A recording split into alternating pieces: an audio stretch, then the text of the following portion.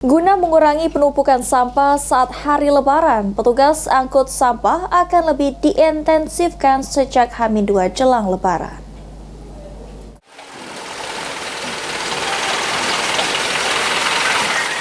Mendekati hari Lebaran, tumpukan sampah alami peningkatan. Mengantisipasi agar sampah tidak menumpuk saat hari Lebaran, petugas angkut sampah akan lebih diintensifkan sampai dengan malam Lebaran.